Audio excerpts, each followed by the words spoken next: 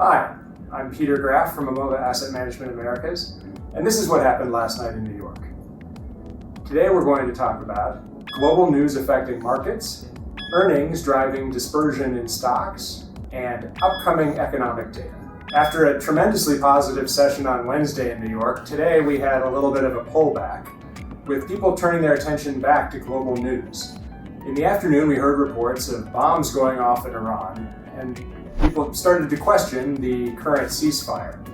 We also had news from President Trump's trade negotiations that he's going to put off implementing increased auto tariffs on Europe until the start of July. This is another move that people would consider a taco and should be positive for markets.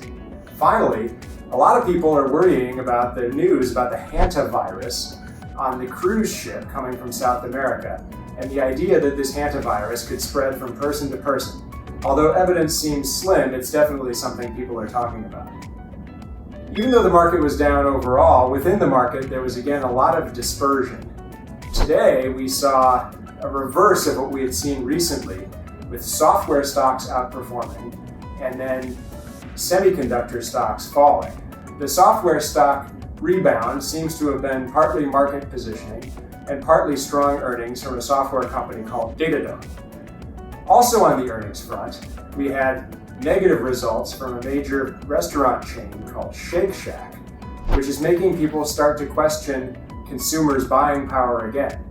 Even though there's been good retail sales numbers recently, there are a lot of anecdotal reports that Americans are having more and more trouble keeping up with the rising prices for essentials.